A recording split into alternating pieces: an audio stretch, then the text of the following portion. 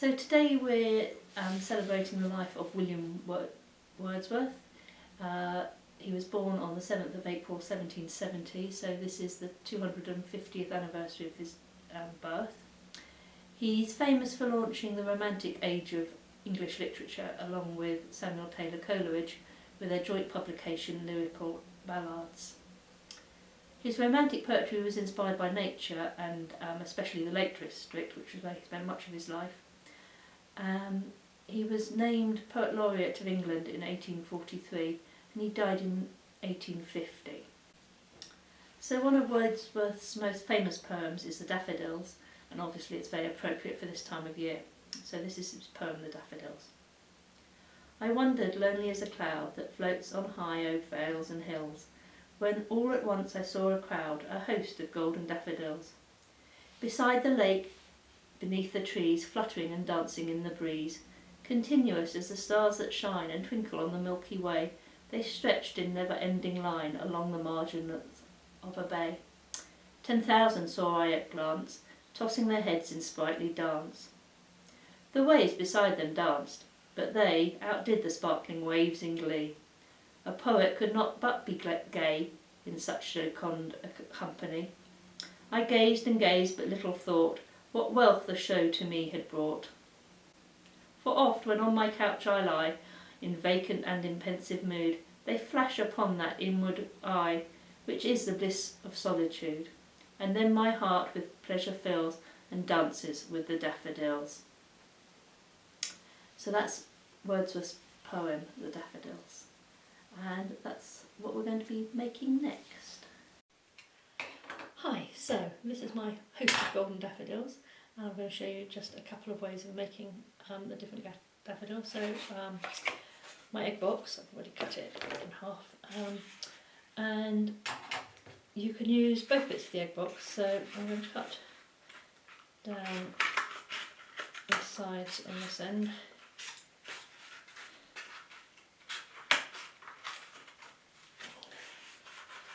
and around the end. So I have a piece like that, and I'm also going to cut this piece off.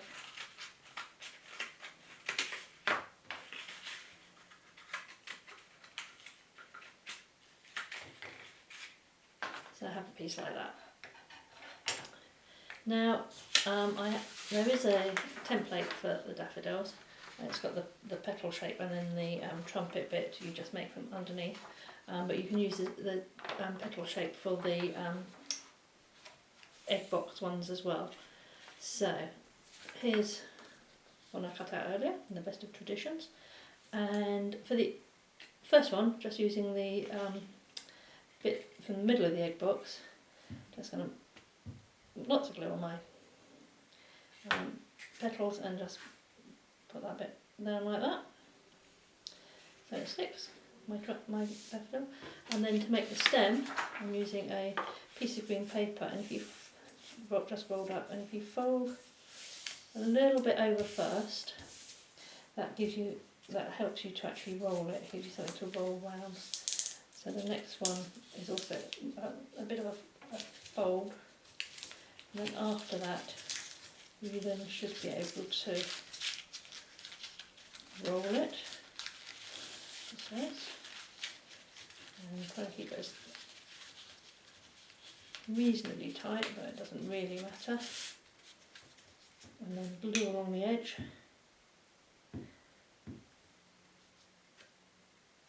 So just going all the way along the edge,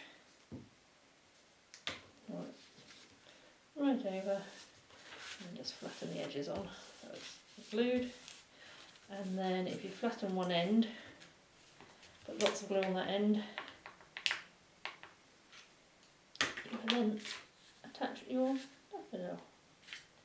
That's the first one made from our egg, part of our egg carton. The next one made from the egg carton is slightly more difficult. Just need to cut round here, so you're cutting round the shape of the circle, and then just cut off the ends a bit, Then you need quite a lot of glue, so I glue it down the end around that, and we need to fold it into itself so it makes the trumpet.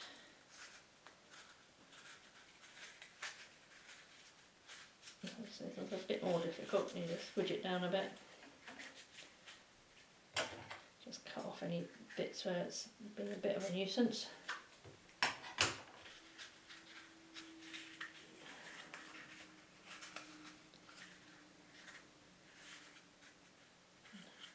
you hold it long enough it will stick. And then I'll use a slightly different colour yellow this time. And again, lots of glue.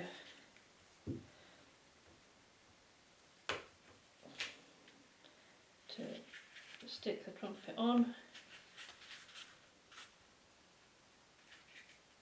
And a stem I did earlier. So again, glue in the end. And that goes on there like that, quickly. And oops, that one's come undone a bit.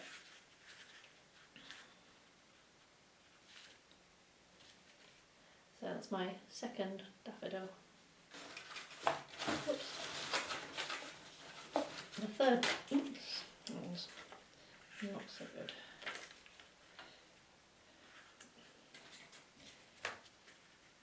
There we go. That's better. So my next daffodil. The third one is using a template. So I've got the cut out petals. I've also got the piece from the bottom, and I've just put little cuts in all the way along, so every centimetre or so, a little cut.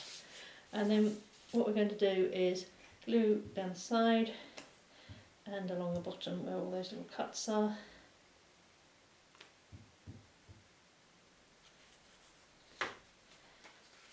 Glue, so the glue is on the outside, glue the ends together, and then fold over all the cuts.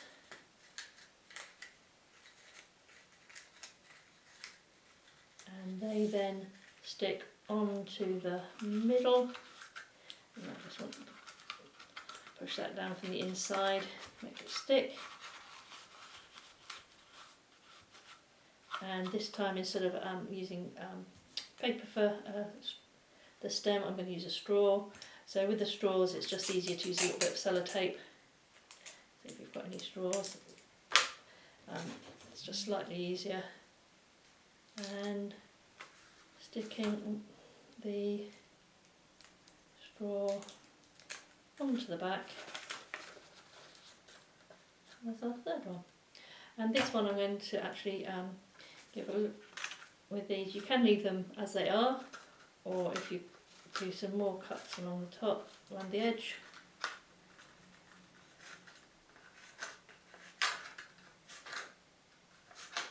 You can then just pull it down, squidge them down a little bit.